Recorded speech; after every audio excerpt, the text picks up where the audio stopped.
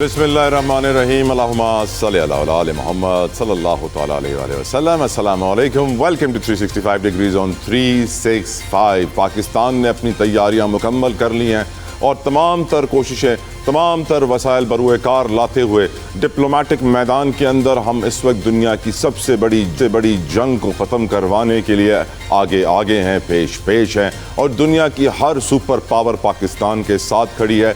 यकीनन इस बात पे हम सबको फ़ख्र होना चाहिए और इसी पॉइंट के साथ हम अपने प्रोग्राम का आगाज़ भी करते हैं कि इस वक्त जो सूरत हाल है, लग यही रहा है कि दोनों जानिब से एक दूसरे पर इल्ज़ामात लगाए जा रहे हैं कि सीज़ फायर की खिलाफ वर्जी की गई है। डोनाल्ड ट्रंप ईरान के लिए कह रहे हैं, ईरान डोनाल्ड ट्रंप के लिए कह रहे हैं, जबकि हम जानते हैं कि आज 52 दिन गुजर चुके हैं इस जंग को, जो 28 फरवरी पे शुरू हुई थी और अगर ये जंग आगे बढ़ती है तो इसके असरात बड़े ख़तरनाक हो सकते हैं। कल आखिरी दिन है सीज़ फायर का। डोनाल्ड ट्रंप अंदरूनी तौर पर बड़े प्रेशर्स का शिकार हैं, उनकी मकबूलियत तबाह बर्बाद हो चुकी, उनका वोट बैंक तबाह बर्बाद हो चुका, बड़ी प्रॉब्लम्स हैं, बड़ी तनकीद का उनको सामना करना पड़ रहा है। इंटरनली नवंबर में बताया जा रहा है ये मिड टर्म इलेक्शंस हैं अमेरिका में, जिसके अंदर इम्पीचमेंट का इम्कान है। डोनाल्ड ट्रंप अपने ओहदे से फारिग हो सकते हैं, लेकिन एट द सेम टाइम हम ये भी जानते हैं कि डोनाल्ड ट्रंप ने जो सूरत हाल क्रिएट की है, पहले वेनेजुएला के मादुरो को उठाया, क्यूबा के अंदर शॉर्टेज, फिर ईरान जंग शुरू कर दी, उसके बाद से ही उनके पॉलिटिकल करियर का डिक्लाइन शुरू हो गया, तनज़्ज़ुली ज़वाल शुरू हो चुका है उनके सियासी करियर का। और इसके बाद अब वो प्रेशर में है, लेकिन वो ऑफकोर्स दोनों पार्टीज अपने प्रेशर तो नहीं दिखाएंगी। ईरान इस वक्त भी स्ट्रेट ऑफ हॉर्मुज़ को कंट्रोल कर रहा है। जो डेडलॉक्स हैं, जो इशूज़ हैं जिनको रिजॉल्व करने की ज़रूरत है, नंबर 1, ईरान ये सवाल उठाता है कि कौन देगा गारंटी कि अमेरिका और इजराइल दोबारा हमला नहीं करेंगे। वो गारंटी ऑफ कोर्स किसी सुपर पावर से एक्सेप्ट करेगा, यानी चाइना से, रशिया से, या फिर यूएन की सिक्योरिटी काउंसिल से कोई रेजोल्यूशन पास की जाएगी जिसमें बहुत सारे मुल्क सिग्नेटरी हों और फिर ये गारंटी दी जाए। एक ये प्रॉब्लम है। दूसरा प्रॉब्लम है कंट्रोल ऑफ हॉर्मुज़। चाइना के जो दिफा के मिनिस्टर हैं, डिफेंस मिनिस्टर, उन्होंने वाज़ेह स्टेटमेंट दी हुई थी कि स्ट्रेट ऑफ हॉर्मुज़ ईरान के कंट्रोल में रहेगा, लेकिन हम जानते हैं कि ओमान के बॉर्डर के करीब अमेरिका ने भी एक ब्लॉकेट खड़ा कर दिया है, जिसकी वजह से, और वो टारगेट कर रहा है ईरानी शिप्स को। ईरानी शिप अपने कब्जे में भी ले चुका है जो कि चाइना से आ रही थी, जिसकी आते शक किया जा रहा था कि इसके अंदर वेपन्स होंगे जो चाइना ने भेजे होंगे मदद करने के लिए, लेकिन अभी तक इस खबर की कोई तस्दीक आई नहीं है। लेकिन हाँ, इस जहाज़ को, इस बहरी जहाज़ को अमेरिका ने अपनी तहवील में काफ़ी वक्त से लिया हुआ है। तीसरा प्रॉब्लम जो इस वक्त हम देख रहे हैं वो है right to uranium enrichment. Uranium की अफजूदगी का जो इख्तियार इंटरनेशनल लॉ के मुताबिक हर मुल्क को है। एक लेवल होता है यूरेनियम इनरिचमेंट का जो आप सिविलियन पर्पसेस के लिए करते हैं, जिसमें आप न्यूक्लियर एनर्जी क्रिएट करते हैं, दूसरे काम करते हैं, वो सबका हक है करना, उसमें कोई शक व शुबा नहीं है, वो राइट ईरान को मिलना चाहिए। लेकिन ईरान अपने न्यूक्लियर प्रोग्राम से दस्तबरदार होने की भी एक टाइमलाइन रख रहा है सामने। उसे 10, 15, 20 साल हो सकती है वो टाइमलाइन, लेकिन अमेरिका भी उस टाइमलाइन से खुश तो है, लेकिन अमेरिका की ये ख्वाहिश है कि परमानेंट सोल्यूशन मिले ईरान के न्यूक्लियर प्रोग्राम का, जो कि मिलता हुआ नज़र नहीं आ रहा। ईरान सरेंडर करने को तैयार नहीं है। इस वक्त ईरान ने जो कुर्बानियाँ दी हैं, इस वक्त तक जितने भी डिफेंस एनालिस्ट हैं वो यही बात करते हैं कि ईरान ये जंग जीत चुका है, अमेरिका ये जंग हार चुका है। इसके ऊपर हम गुफ्तगू का आगाज़ करना चाहते हैं। मेरे साथ मौजूद हैं साबिक सरवर नकवी साहब, तारुफ के मोहताज नहीं है। नकवी साहब अस्सलाम वालेकुम, बहुत शुक्रिया आपके कीमती वक्त के लिए, जज़ाकल्लाह खैर। नकवी साहब, हम लोग काफ़ी वक्त से, कई दिहाइयों से अमेरिकन लीडर्स की ज़बान से एक न्यू वर्ल्ड ऑर्डर का जिक्र सुनते आए हैं, लेकिन इस वक्त दुनिया जिस तरफ जा रही है, बढ़ रही है, एक न्यू वर्ल्ड डिसऑर्डर क्रिएट होता जा रहा है, नई सफ बंदियाँ हो रही हैं। China has become the new super power in the world. America को इस जंग के बाद उसने बाईपास कर दिया है। Let's start the discussion from this point कि इस वक्त जो नेगोशिएशन हो रही हैं, पाकिस्तान उनको लीड कर रहा है, हमारा रोल उसमें क्या है? आप अमेरिका का स्टांस कैसा देखते हैं? क्या दोनों पार्टीज़ में आपको फ्लेक्सिबिलिटी नज़र आ रही है? और ज़्यादा मुश्किल सिचुएशन में कौन है, अमेरिका या ईरान? नकवी साहब, योर ओपिनियन सर। मैं शुरू करूंगा, बहुत शुक्रिया। मैं शुरू करूंगा न्यू वर्ल्ड ऑर्डर से, जिसका आपने जिक्र किया। ये 1945 से लेकर 1988-89 तक, 1988-89 तक जो है वो बाइपोलर वर्ल्ड था। यानी अमेरिका और सोवियत यूनियन उस जमाने में जो था, वो दो सुपर पावर्स थे और एक स्टेबल सिचुएशन थी, मतलब कि उनकी कंपटीशन और राइवलरी तो थी, लेकिन एक स्टेबल ऑर्डर था। बहुत से ममालिक सोवियत यूनियन की तरफ माइल थे, बहुत से ममालिक अमेरिका की तरफ, अमेरिका का नेटो था, सोवियत यूनियन का वार्सो पैक्ट था, बहुत कुछ। वो सारा कुछ 1988-89 में डिस्टर्ब हो गया क्योंकि सोवियत यूनियन कोलैप्स कर गया। तो फिर यूनिपोलर वर्ल्ड कहलाने लगा क्योंकि America became the sole super power.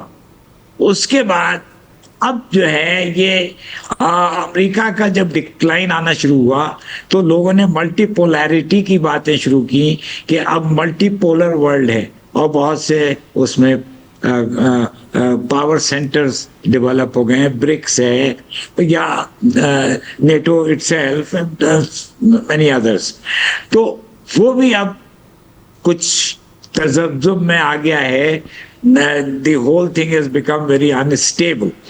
अच्छा, इस बैकग्राउंड में अमेरिका और रूस, अमेरिका और ईरान के दरमियान जो जंग छिड़ी वो 28 फरवरी 2026 में, फरवरी के महीने में जंग छिड़ी है जब अमेरिका ने और इजराइल ने ईरान पे हमला किया था।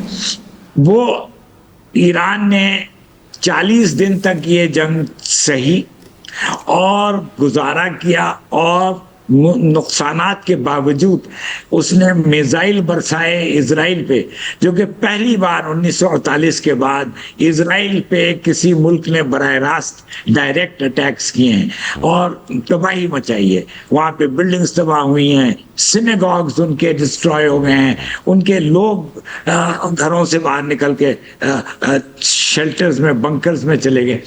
तो ये जो जंग है ये ईरान क्लेम करता है या दावा करता है कि उसने जीती है और कम से कम उसके ऊपर जो हमला है वो उसने सहकर उसका मुकाबला किया है।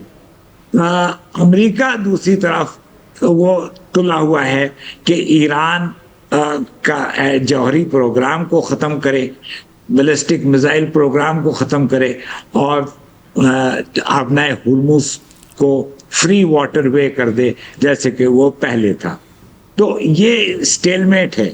पाकिस्तान इसमें बहुत अहम रोल अदा कर रहा है क्योंकि 7 अप्रैल को जबकि मिसाइल बरसाए जा रहे थे, जबकि बम गिर रहे थे, उस वक्त तसव्वुर नहीं था कि ये जंग रुकेगी और उसमें पाकिस्तान ने जंगबंदी कराई। दूसरे स्टेप में, दूसरे मरहले में पाकिस्तान ने वो दोनों को आमने सामने बिठाया, ईरान को और अमेरिका के वफूद, और दोनों बराह रास्त उन्होंने मुज़ाकरात की। अब तीसरा मरहला है, थर्ड स्टेज, कि अब फिर से ये टॉक्स, ये गुफ्तगू, ये मुज़ाकरात शुरू होने हैं और जंग को रोकना है।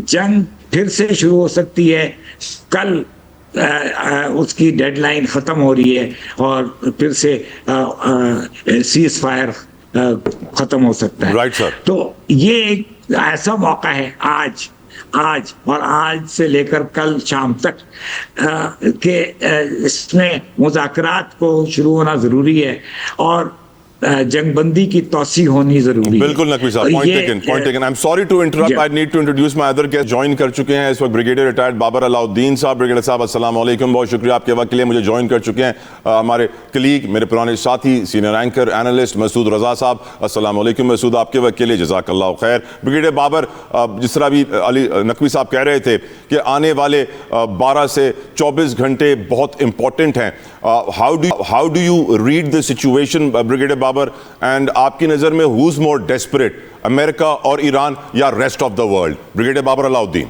चलो, बहुत शुक्रिया आपका। आने वाले 12 से 14 घंटे वाकई बड़े इंपॉर्टेंट हैं, इंपॉर्टेंट मुख्तलिफ हवालों से हैं। सबसे पहले तो इसलिए इम्पोर्टेंट है कि ये मुज़ाकरात बाज़ाब्ता तौर पर कल हों। दूसरे इसलिए इम्पोर्टेंट है कि कल रात को चूँकि डेडलाइन सीज फायर की ख़त्म होगी, वो इधर एक्सटेंड हो या परमानेंट हो। और तीसरे इसलिए भी इम्पोर्टेंट है, लोग अभी तक इस मखमसे में या गैर यकीनी सूरत हाल में है कि ईरान पार्टिसिपेट करेगा या नहीं करेगा।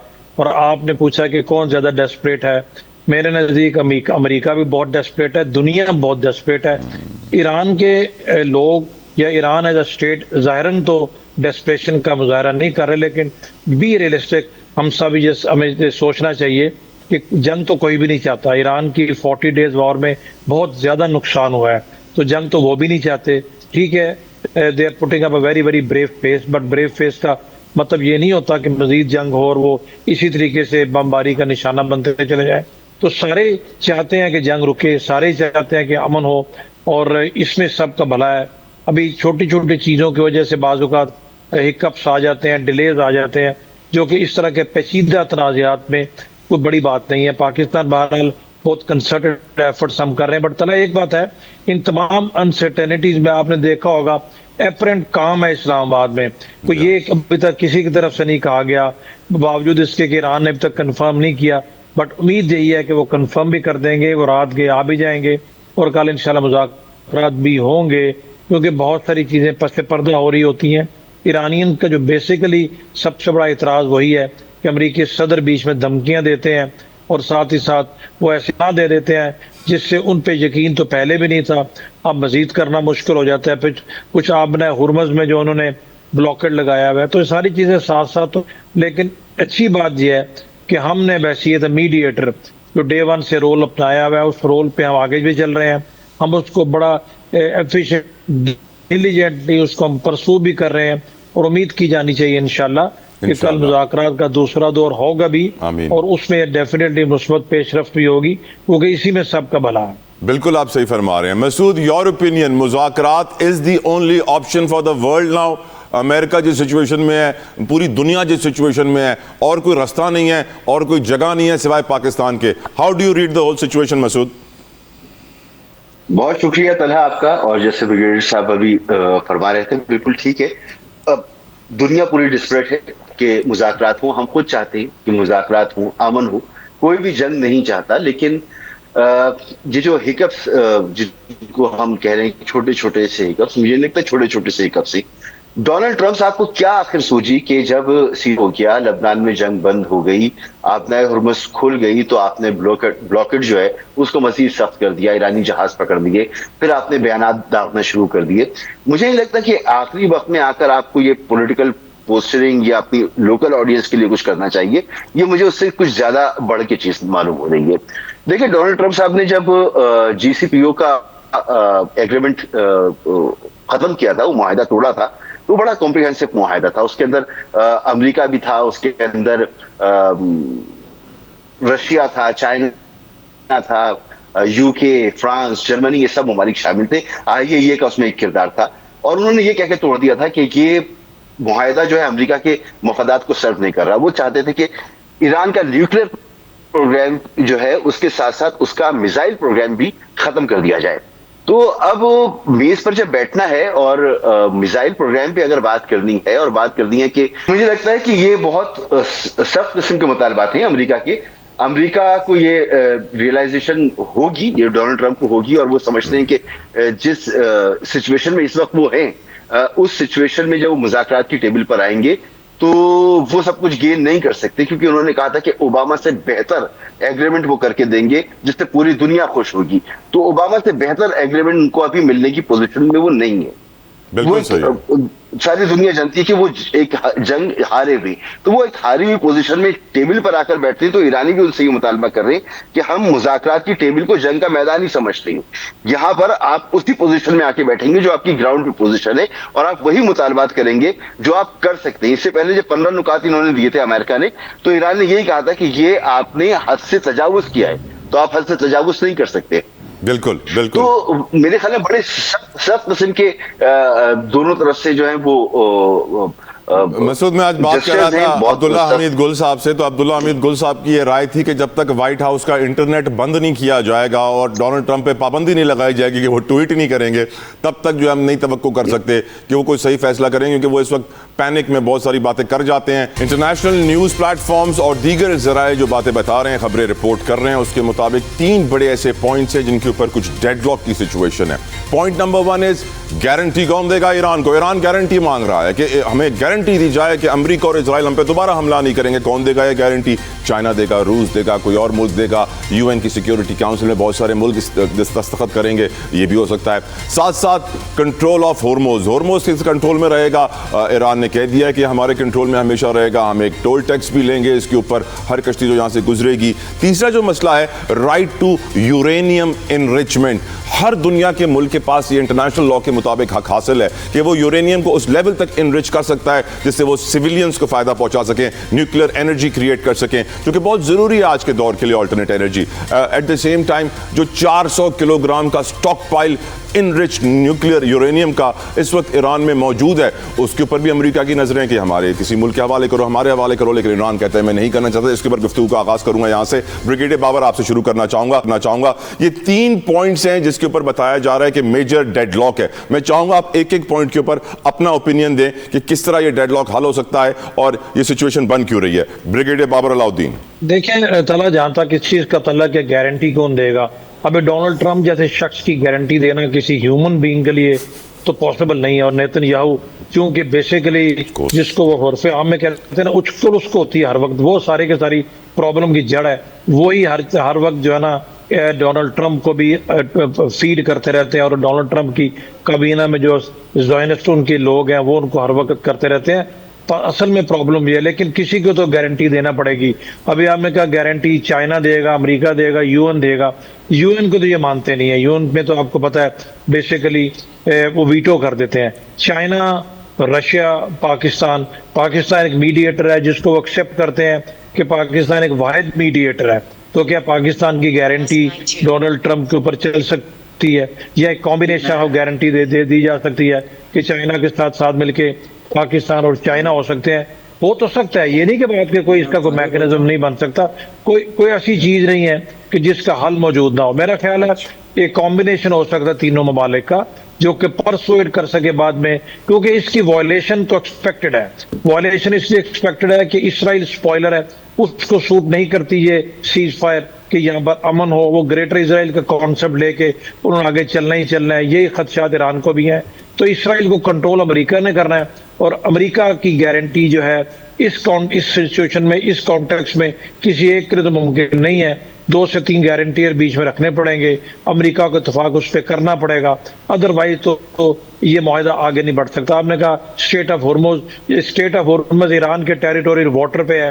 टेरिटोरियल वाटर की हैसियत से स्टेट ऑफ हॉर्मुज पे ऊपर राइट तो ईरान का ही है, लेकिन ये थोड़ा सा इशू बीच में आता है कि जो कुदरती आबी गुजरगाहें होती हैं, क्या उन पर टैक्स लगाया जा सकता है? इंटरनेशनल लॉ के मुताबिक यूएन के चार्टर में रहते हुए अगर तो लगाया जा सकता है तो ईरान को बिल्कुल लगाना चाहिए। अगर नहीं लगाया जा सकता तो रिस्पॉन्सिबिलिटी टेरिटरी तो उनकी है। फिर ईरान के साथ मिलकर इसका कोई एक वर्किंग मैकेनिज्म बनाना पड़ेगा जिसके जरिए ईरान को ये जरूर न्यूक्लियर एनरिचमेंट का जहां तक ताल्लुक है, आप ईरान को पुरअमन मकासद के लिए जोहरी ताकत रखना या यूरेनियम एनरिच करने से रोक असूल तो नहीं सकते। लेकिन क्योंकि इस वक्त ये बोन ऑफ कंटेंशन बना हुआ है, ये भी प्रॉब्लम इसराइल को ही है कि ये बना सकते हैं, इसलिए दरमियानी रास्ता हो सकता है कि ईरानी में रहे, IAEA के अम्ब्रेला के अंडर रहे, उनके कंट्रोल में रहे। ईरान को एक्सेप्शन क्यों बनाते हैं? जब अक़वाम मुत्तहिदा के कवानीन दूसरे ममालिक पे लागू हैं तो ईरान पे लागू भाई क्यों नहीं है? ईरान से क्यों अब इतने खाइफ हैं? वहीं पर रहना चाहिए, क्योंकि ईरानियन इस पे अगर कॉम्प्रोमाइज करते हैं it mean they will accept कि उनको शिकस्त हुई है, कभी भी वो नहीं करेंगे। बेस्ट तो वही है। Maybe for some time it can be Pakistan, Russia के पास अमेरिका नहीं मानेगा, चाइना के पास अमेरिका नहीं मानेगा, लेकिन अगेन आई वुड से कि इसका भी हल मौजूद है। ये नहीं है कि इसका हल नहीं हो सकता, बट ये कोई हल नहीं है कि अमेरिका के हवाले कर दिया जाए। ये कोई हल नहीं है कि ईरान को पाबंद कर दिया जाए कि वो जीरो एनरिचमेंट करे, इसको डिस्ट्रॉय करे, आइंदा नहीं करेगा। इस पे किसी ने नहीं मानना। हल यही है, दरमियानी रास्ता, IAEA is the best solution. बिल्कुल ठीक। Ambassador Naqvi, who will give the guarantee, control of Hormuz, uranium enrichment, in 3 points पे आपका ओपिनियन सर? अभी जैसे डिस्कशन हो रही है, गारंटी का कोई तस्वुर इस तरह किसी एग्रीमेंट में नहीं होता है unless required by both sides. Now Iran wants guarantees, US is not talking of any guarantees. अच्छा, गारंटी वैसे तो ईरान को मिलनी चाहिए, क्योंकि ईरान के ऊपर 2 बार हमले हुए हैं, जून 2025 में और फरवरी 2028 में, जिसमें के टॉक्स हो रही थी अमेरिका ईरान की न्यूक्लियर प्रोग्राम के ऊपर, जौहरी प्रोग्राम के ऊपर, और इजराइल ने हमला कर दिया। तो और फिर उसमें अमेरिका भी मुलव्विस था। तो ये इनका हक बजानिब है, ईरान वाले, ईरान के हुकूमत हक बजानिब है कि उसको कोई गारंटी मिले, कोई जामिन बने, कोई जमानत ले कि अमन जो होगा उसका, अगर कोई खिलाफ वर्जी होती है तो उसका खमियाजा भुगतना पड़ेगा उस साइड को जो खिलाफ वर्जी कर रहा है। अब इसमें गारंटी में आप लोगों ने बातें की हैं ऑप्शंस की, हम अभी ऑप्शंस की बात कर सकते हैं कि आईएईए बेस्ट एजेंसी है। मैं एम्बेसडर रहा हूँ आईएईए में 5 साल पाकिस्तान का, तो I think IAEA is the best authority for guarantee. मगर अगर नहीं कबूल तो फिर सिक्योरिटी काउंसिल है, फिर मुख्तलिफ ममालिक हैं, जैसे रूस हुआ या इवन पाकिस्तान हो सकता है। इसमें असल इशू ये कि हाईली एनरिच्ड यूरेनियम को रिड्यूस करके लो एनरिच्ड यूरेनियम HEU से LEU करना जरूरी है, क्योंकि अमेरिका कहता है कि इनके पास हाईली एनरिच्ड यूरेनियम नहीं रहना चाहिए। तो ये एक इशू है, और किस हद तक वो रिड्यूस करेंगे। आईएईए 3.67% यूरेनियम एनरिचमेंट अलाउ करता है for peaceful purposes, for medicine and agriculture. तो वो भी ईरान उस पर इसरार करेगा कि ये उसका हक होता है under article 4 of the NPT। Straits of Hormuz, आबनाए हॉर्मुज का जहां तक सवाल है, वो सही कहा गया कि वो नेचुरल वाटरवे है। देखिए, इंटरनेशनल लॉ के तहत सुएज और पनामा 2 ऐसे कनाल हैं जो मैन मेड हैं, और वहां पे जो मुल्क जहां से ये गुजरते हैं उनको हक है टोल लेने का या लेवी लेने का। लेकिन जो नेचुरल वाटरवेज हैं वो उसमें हुर्मुज है, मलाक्का है और बेरिंग स्ट्रेट है। ये जो वाटरवेज हैं ये नेचुरल वाटरवेज हैं, तो इसमें टोल नहीं लागू है। लेकिन अगर ईरान इंसिस्ट करेगा तो अमेरिका को चाहिए कि वो इस पॉसिबिलिटी को एक्सेप्ट करे। ईरान सिलेक्टिव बेसिस पे करेगा और ज्यादा टोल ना करे तो ठीक रहेगा। थर्ड पॉइंट जो है न्यूक्लियर, ईरान न्यूक्लियर प्रोग्राम, उसका मैंने जिक्र ऑलरेडी कर दिया। सर, वो 400 किलोग्राम का स्टॉक पाइल है जो अमेरिका मांग रहा है सर। या तो वो मैंने बताया कि they have to be reduce from HEU to LEU। America का ये भी एक डिमांड है। Point taken. तो वो अलाउ मी मैं मसूद को भी शामिल करूं सर इस सेगमेंट में। मसूद, आपका ओपिनियन इन 3 पॉइंट्स पे? मुझे लगता यह है कि वैसे मैं जो नकवी साहब ने कह दिया वो तजुर्बेकार आदमी है, लेकिन मुझे जो लगता है कि ये मुआहदा ईरान और अमेरिका के दरमियान जो कुछ भी तय पाता है, शायद ये अक़वाम मुत्तहिदा के मुस्तकिल जो ममालिक हैं उनके पास जाएगा और वही इसकी गारंटी दे सकेंगे। हो सकता है इसमें अक़वाम मुत्तहिदा कोई किरदार अदा करे, इसमें से वीटो पावर वाला जो मामला है उसको बिना करना पड़ेगा और वहीं जाकर ये मामला जो है हल हो पाएगा। ईरान शायद यही चाहेगा, क्योंकि इससे पहले का जो मुआहदा था उसमें मैंने आपको बता दिया कि कौन कौन से ममालिक शामिल थे, वो फिर भी नहीं चढ़ सका। तो अब उससे बेहतर और उससे ज्यादा मुनासिब गारंटी चाहिए होगी।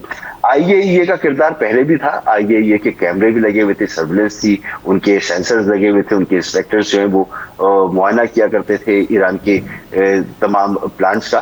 तो वो भी डोनाल्ड ट्रंप ने उसको भी खत्म कर दिया, तो उस पर भी उनको एतमाद नहीं था।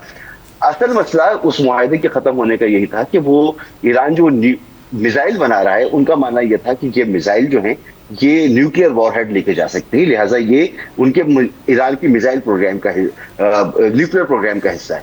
तो वो मिसाइल प्रोग्राम को पर कोई सरेंडर चाहते हैं, वो उनकी जो प्रॉक्सीज हैं उन पर कोई सरेंडर चाहते हैं। ये 2 मामले हैं। मेरे ख्याल में हुर्मुज़ जो है वो भी वर्केबल है।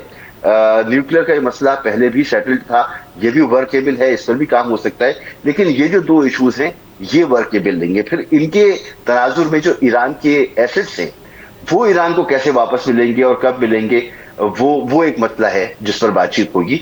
मेरे ख्याल में कोई इतनी बड़ी बात नहीं है न्यूक्लियर के ऊपर गारंटीज की, जब उन्होंने न्यूक्लियर बम नहीं बनाना, और ये जो इनरिच किया है इन्होंने यूरेनियम, ये भी जब डोनाल्ड ट्रंप ने मुआहदा खत्म किया उसके बाद से उन्होंने इसलिए तेजी लेकर आए और 60% तक लेके गए अपने स्टॉक वाइज। बिल्कुल ठीक। तो मेरे ख्याल में ये इतना बड़ा मसला नहीं है। हुर्मुज़ भी रेगुलेट हो जाएगा, तमाम यूरोपीय ममालिक तैयार है ईरान से डील करने के लिए, वो भी हो जाएगा। लेकिन मिसाइल का मसला, मिसाइल टेक्नोलॉजी का मसला जिसे गिव अप नहीं कर सकता ईरान, और ये जो हिजबुल्ला और हौतीज और शाम और इराक में मलेशिया से, इनके ऊपर गिव अप नहीं कर सकता। इस पर शायद बातचीत होगी, और अगर इस पर कोई बातचीत होगी, कोई नतीजा निकलेगा, तो ये जाएंगे फिर अक़वाम मुत्तहिदा। दुनिया के नामवर जरीदे द इकोनॉमिस्ट, फाइनेंशियल टाइम्स सब इस बात का जिक्र कर रहे हैं कि ईरान जंग के बाद अमेरिका अब सुपर पावर नहीं रहा, अब चाइना ने उसको बाईपास कर दिया, and China is the new super power. इस एनर्जी क्राइसिस में आपको मालूम है रिन्यूएबल एनर्जी सबसे ज्यादा इंपॉर्टेंट है। दुनिया में नंबर 1 कंट्री जो रिन्यूएबल एनर्जी सबसे ज्यादा बनाता है वो चाइना है। Number 2 is USA, number 3 is India. USA India की आप एनर्जी को मिला भी दें तो चाइना उनसे ज्यादा बनाता है रिन्यूएबल एनर्जी, जिसकी वजह से वो इस वक्त अपने आप को सबसे ज्यादा सिक्योर भी समझ रहा होगा। लेकिन एट द सेम टाइम हम जानते हैं कि चाइनीज कहते हैं ना डोमिनेंसी, कि वो इस वक्त लीड कर रहा है, डोमिनेट कर रहा है तमाम तर दुनिया को अपनी टेक्नोलॉजी की सुपीरियरिटी की वजह से। ये इल्ज़ाम लगता रहा कि स्पाई सैटेलाइट प्रोवाइड की चाइना ने ईरान को, जिसकी वजह से ईरान ने एक्यूरेसी के साथ अपने निशानों पर मिसाइल गिराए। इसी के ऊपर मैं गुफ्तगू करना चाहता हूं, क्योंकि इस वक्त भी चाइना पूरी सिचुएशन को मॉनिटर कर रहा है। हमने खुद अपने नायब वजीर आजम वजीर खारजा इसहाक डार साहब को टूटे हुए हाथ के साथ चाइना जाते हुए देखा था, जिससे मालूम पड़ता है कि चाइना कितना इंपॉर्टेंट है। और डोनाल्ड ट्रंप का अगले महीने चाइना का दौरा है, मुश्किल लग रहा है, पिछले महीने भी कैंसिल हो गया था, लग रहा है अगले महीने भी कैंसिल हो जाएगा अगर वो कोई डील स्ट्राइक नहीं करते हैं, मुज़ाकरात की टेबल पे नहीं आते हैं। बाबर अलाउद्दीन साहब, चाइना के लिए कहा जाता है कि वो इस जंग का मुबैना खामोश खिलाड़ी है, डिनाई करता रहा है कि उसने ईरान को कुछ सप्लाई नहीं किया है, लेकिन अंडर द टेबल खबरें यही आ रही हैं। आप आज चाइना की पोजीशन कहां देखते हैं, चाइना की डोमिनेंस को आप कहां देखते हैं, कितना वो आगे निकल गया है और उसकी ताकत में अब इतना असर है कि वो अमेरिका इजराइल को कंट्रोल कर सके? ब्रिगेडियर बाबर। इतना चाइना खामोश खिलाड़ी तो दुनिया में सबसे बड़ा वाकई खामोश खिलाड़ी है। चाइनीज की अपनी एक स्ट्रेटेजी है, डायरेक्टली कॉन्फ्लिक्ट में नहीं आते, बावजूद इसके कि उनके पास वीटो पावर भी, हमने देखा कि वो वीटो भी कमी करते हैं जहां पर कॉन्फ्लिक्ट्स होते हैं, अनलेस के डायरेक्टली उनके इंटरेस्ट को क्लैश कर रहा हो। और चाइनीज जो है बावजूद इसके कि बहुत बड़ी दुनिया की ताकत है, पावर है, अभी तक उन्होंने ताइवान के बारे में भी कोई ऐसी आर्म्स कॉन्फ्लिक्ट में नहीं किया, हालांकि कोई इतना बड़ा इशू उनके लिए नहीं है। बट ये भी हकीकत है कि चाइना दुनिया के एक बड़ा प्लेयर है। चाइना की जो आर्म्स इंडस्ट्री है दुनिया की one of the biggest arms industry है। चाइना बहुत सारे मुल्कों को हथियार फराहम भी करता है।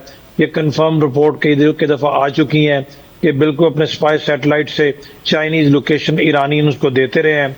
और एक दो रिपोर्ट आई कि चाइनीज ने ईरानियंस को इक्विपमेंट भी दिया, उन्होंने डिनाई किया उसको, अमेरिका ने उस पर क्रिटिसाइज भी किया।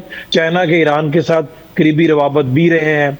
हम इस पीस मायदे या इस पूरी एफर्ट में चाइना को हर वक्त ऑन बोर्ड रखा है। हमारे फॉरेन मिनिस्टर वहां पर गए भी थे, उसकी रीजन भी है, और ये एक रीजन है कि चाइना ने हमेशा पाकिस्तान की इन पीस एफर्ट्स को होल हार्टेडली सपोर्ट भी किया। बल्कि आपको याद हो पाकिस्तान और चाइना ने मिलकर 5 पॉइंट्स ये भी थे जो कि हमारे नजदीक बेस्ट पॉसिबल सोल्यूशन था। डोनाल्ड ट्रंप ने आल्दो 3-4 दिन पहले अपने ट्वीट में प्रेसिडेंट जी के लिए बड़े अच्छे जज्बात का इजहार किया जी, जब मैं जाऊंगा तो बिग हक टू दी चाइनीज प्रेसिडेंट, और हम शायद को डील उनके साथ करें आगे फ्यूचर में चल के। हो रहा है very eagerly waiting for my visit to China. But ये जो इस वक्त मुज़ाकरात हो रहे हैं और इन मुज़ाकरात का इनडायरेक्टली चाइना हिस्सा है, इस मुज़ाकरात का जो नतीजा निकलेगा वो डायरेक्टली इफेक्ट करेगा चाइनीज के future relation with America, because China कभी भी इससे ला ताल्लुक नहीं रह सकता। और चाइनीज इतनी बड़ी ताकत है कि वो उसको इग्नोर भी नहीं कर सकता। आपने ये पूछा कि किस वक्त अमेरिका और इसराइल को रोकेंगे, जहां तक फिजिकली या रोकने की बात हो उसमें तो चूंकि वो नहीं आते, बट डिप्लोमेटिकली चाइना दुनिया की सुपर पावर है। चाइना सबसे बड़ी मैशत है, P5 कंट्रीज में है। अभी आपको याद हो रिसेंटली भी जो आपने हुर्मुज़ के मुतल्लिक एक करारदाद पेश हुई थी, तो चाइना रशिया ने उसको वीटो किया था। तो ये नहीं कि वो साइलेंट रहते हैं, वो अपना किरदार अदा करते हैं। और यही एक रीजन है कि चाइना को साइड पर रख के अगर अमेरिका समझता है को डील कर लेगा, अव्वल तो ईरान भी नहीं करेगा। ईरान के चाइना के बड़े करीबी ताल्लुकात रहे हैं, तो China has to be part and parcel of this deal directly और इनडायरेक्टली आखिरी पॉइंट देते हुए कि अगले महीने अब अमेरिकन प्रेसिडेंट का चाइना का दौरा होगा या नहीं होगा, ये डिपेंड बिल्कुल करता है कि ये डील किस तरफ जाती है, होती है या नहीं होती, ये मुज़ाकरात किस रुख जाते हैं। क्योंकि अमेरिका को भी पता है कि China is pushing the process, ये नहीं कि उनको नहीं पता, इसलिए वो जरा गर्मजोशी का इजहार कर रहे हैं चाइना की तरफ। They want to win their sympathies, पर चाइनीज की सिंपैथीज इस तरीके से हासिल नहीं कर सकते। वो खामोश जरूर है, बट उनकी सफारतकारी बड़ी जीरक सफारतकारी होती है। I completely agree with your opinion brigadier Babar Masood. आपकी नज़र में चाइना ने जो खामोश इनिंग्स खेली है इस जंग के अंदर, मेरी नज़र में तो वो काबिल दीद है, बहुत तारीफ के लायक है। आपका ओपिनियन मसूद? चाइना बिल्कुल खामोशी से ही गेम खेल रहा है सारे के सारे, चाहे वो पाकिस्तान और इंडिया की जंग हो, चाहे वो ईरान के साथ। और देखिए ईरान के साथ जो मामला है ना, वो तो कोई ढका छुपा मामला नहीं है। ईरान तेल फराहम करता है, तेल के बदले में वो टेक्नोलॉजी लेता है, वो डेवलपमेंट जो अंदर सड़कें पुल वगैरह बनने जो प्रोजेक्ट्स होते हैं वो बनवाता है, खुराक लेता है। तो वो तेल के बदले ही सारा कुछ चाइना से और रशिया से लेता है। और ये भी कोई ढकी छुपी बात नहीं है कि बेदू 3 जो कॉन्स्टलेशन है चाइनीज सैटेलाइट की, वो ईरान इस्तेमाल कर रहा है और वो जीपीएस पर अब नहीं है। और इसके अलावा ये भी पता है कि रशिया से वो एंटी स्टिल टेक्नोलॉजी जो है वो हासिल कर चुका है। उसके पास S-400, S-300, S-400 और कुछ खबरें तो ये शायद S-500 की भी कुछ बैटरीज उसके पास मौजूद है। तो ये ताउन इन तीनों मुल्कों में बड़ा ऑब्वियस है।